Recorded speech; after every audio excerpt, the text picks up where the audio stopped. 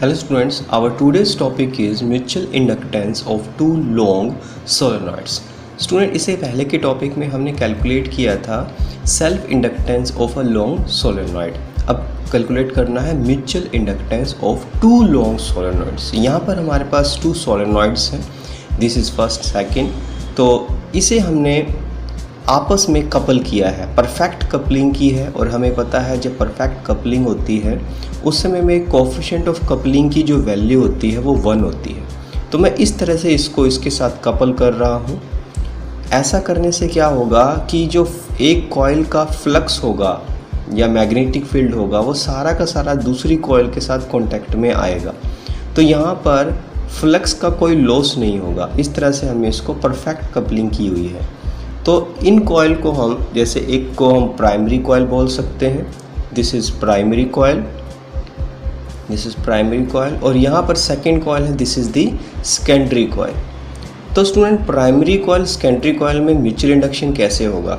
अगर मैं किसी एक कॉइल के अंदर से करंट पास करता हूँ, चेंजिंग करंट पास करता हूँ, तो क्या होगा दूसरी कॉइल के अंदर, दूसरी कॉइल में सपोज यहाँ पर मैंने I1 पास किया था, दूसरी कॉइल के अंदर क्या होगा एक EMF इंड्यूस होगा बिकॉज ऑफ चेंजिंग फ्लक्स। वो चेंजिंग फ्लक्स पहली कॉइल की वजह से होगा जो दूसरी कॉइल को मिलेगा। तो इस तरह से पहले कॉइल में करंट पास करने से दूसरी कॉइल में भी एक करंट डेवलप हो रहा है जो कि इंड्यूस्ड करंट है।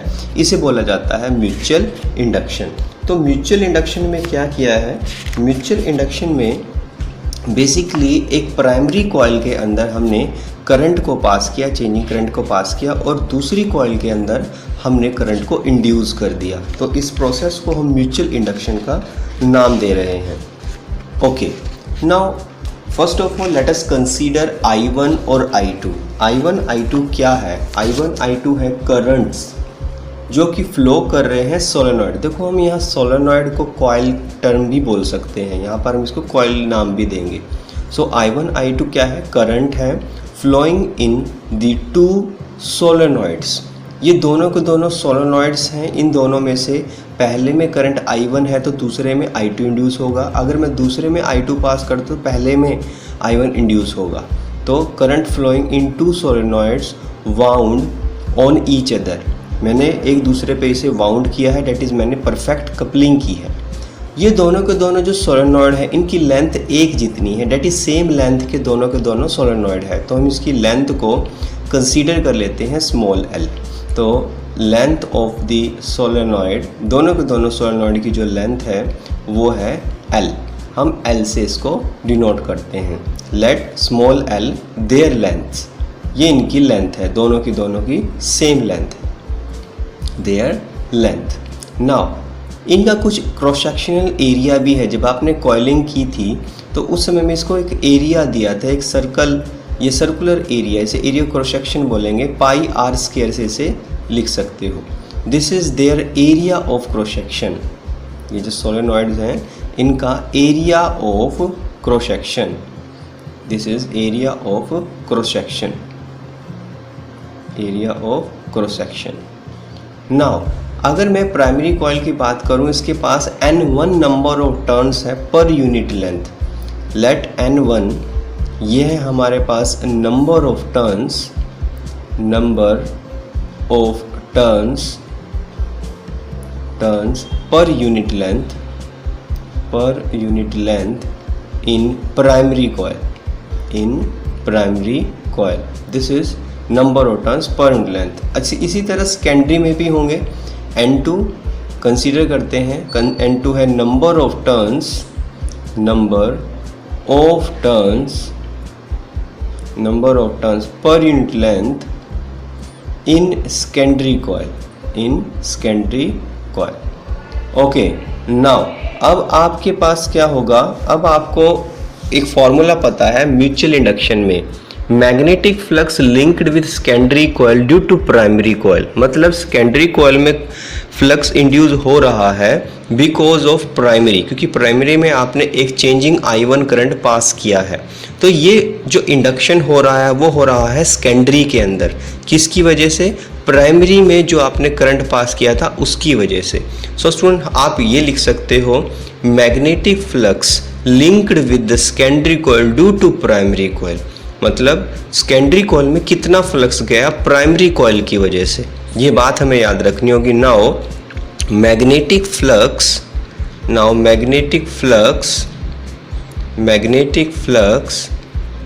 linked with secondary coil due to primary coil, और आपको सिंपल फॉर्मूला पता है phi which is equal to m into I. Phi is the flux, phi which equal to m into I. m है mutual inductance. अब ये किस में गया, सेकेंडरी को 2 नंबर दे सकते हैं, प्राइमरी को 1 नंबर दे सकते हैं। तो सेकेंडरी में गया प्राइमरी की वजह से, की वजह से 2-1। इस तरह म्यूचुअल इंडक्शन हुआ है, किस में हुआ है, सेकेंडरी में हुआ है प्राइमरी की वजह से।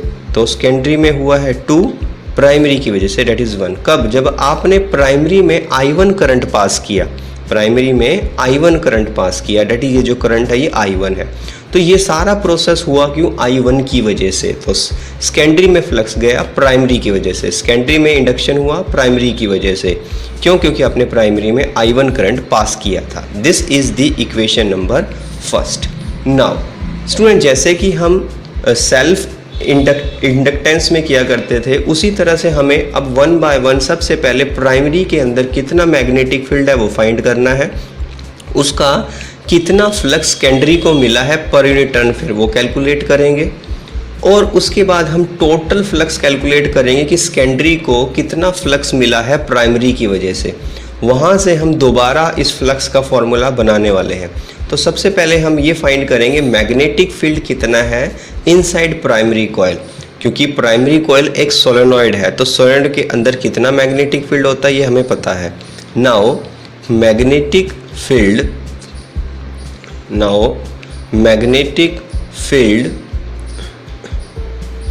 inside primary coil is, इसे हम B से डिनोट कर सकते हैं, capital B, which is mu not into n into I, is a general formula. But primary में नंबर ऑफ टर्न्स है वो n1 है और उसमें करंट पास कर रहा है I1। तो यहाँ पर I1 करंट पास कर रहा है तो यहाँ I1 आ जाएगा। इसके पास total number of turns point length N1 है, तो यहाँ पर आ जाएगा N1। तो ये है प्राइमरी के अंदर मैग्नेटिक फील्ड। अब इस मैग्नेटिक फील्ड का बहुत कुछ हिस्सा, लगभग मैक्सिमम हिस्सा जो है वो सेकेंडरी को मिलेगा in the form of flux. Now the magnetic flux linked with each turn off secondary coil. तो एक टर्न को कितना फ्लक्स मिल रहा है सेकेंडरी की एक टर्न को प्राइमरी के मैग्नेटिक फील्ड की वजह से। सो स्टूडेंट, यहाँ पर हमें देखेंगे क्योंकि फ्लक्स का फॉर्मूला होता है magnetic field into area of the coil. अब एरिया ऑफ कॉइल हमने कंसीडर किया है स्मॉल a, तो सभी कॉइल का सेम होगा तो इनटू a कर देंगे। तो यहाँ पर इसे लिखें b की जगह mu naught n1 I1 into a।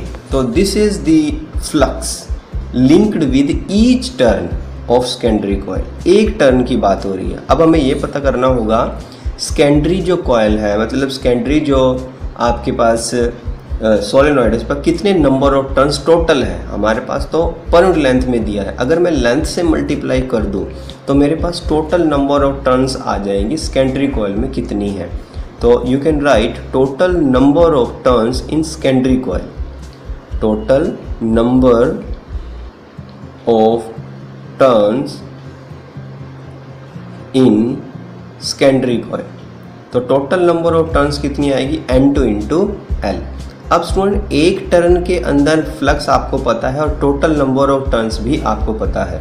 तो ईच टर्न के फ्लक्स को आप क्या करोगे, टोटल नंबर ऑफ टर्न से मल्टीप्लाई कर दोगे। तो जब मल्टीप्लाई करोगे तो आपके पास क्या आएगा, टोटल फ्लक्स आ जाएगा जो सेकेंडरी कॉइल को, डेट इज सेकेंडरी सोलेनॉइड को मिल रहा है। तो दोनों को करना है यहाँ पर multiply. Okay, now you can write total flux linked with secondary coil. Total flux linked with secondary coil.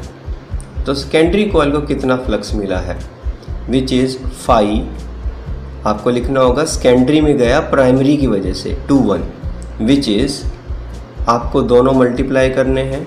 Flux due to each turn which is mu naught N1 I1 A को mu naught N1 I1 A multiply total number of turns N2 into L, और इसे arrange करें और phi 2-1 which is mu naught N1 N2 I1 A into L. This is the equation number 2. Student दोनों ही फॉर्मूले उस flux के हैं जो सेकेंडरी को मिला है प्राइमरी की वजह से. फर्स्ट इक्वेशन को देखें, that is the flux to the secondary due to primary. This is also equation number 2, flux to the secondary due to primary.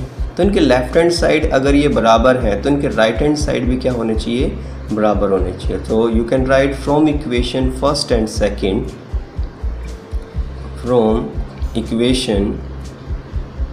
From equation first and second formula बनेगा M21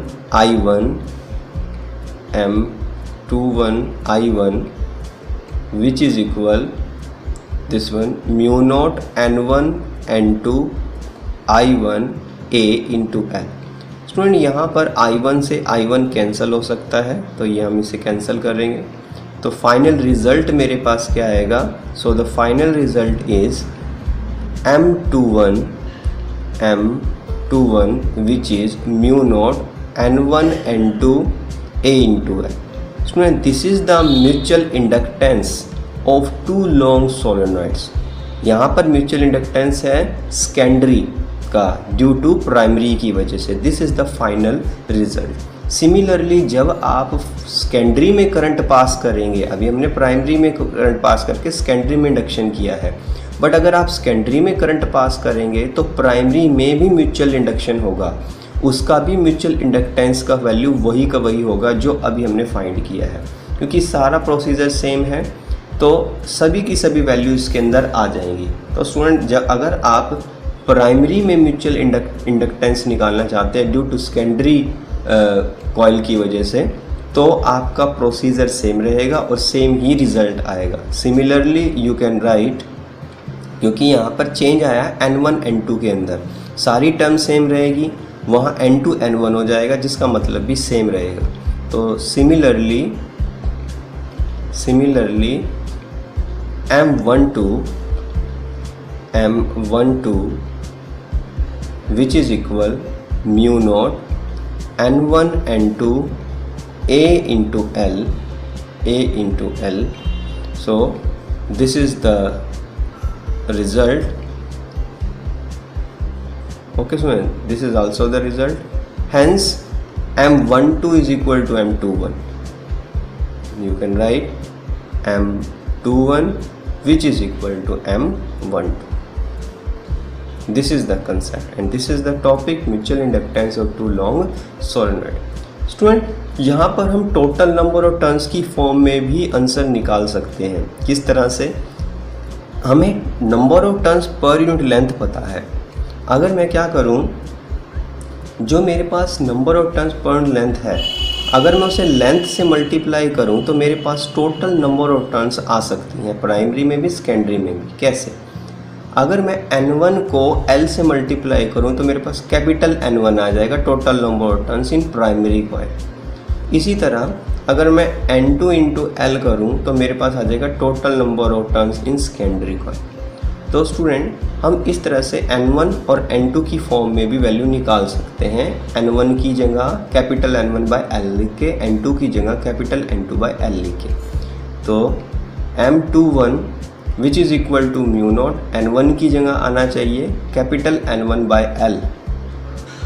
इसी तरह N2 की जगह capital N2 by L into A into L.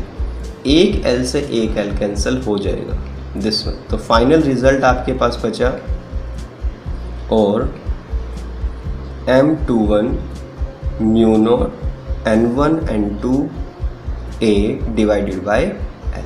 This is also the result of mutual inductance of secondary coil due to the primary in terms of total number of turns. Similarly आपके पास result आएगा M12 which is equal mu naught N1 N2 A by L. This is the concept. This is the same value, mutual inductance of primary due to secondary. So student, this is our today's topic, which was mutual inductance of two long solenoid. Student, mutual inductance of two long solenoid is very important topic, because CBSE में यहाँ से question पूछा गया है, तो आपको ये concept पूरी अच्छी तरह से तैयार करना है, बिकॉज यहाँ इस कंसेप्ट के ऊपर कुछ न्यूमेरिकल भी होंगे, कुछ कंसेप्चुअल क्वेश्चन भी होंगे। Thank you very much.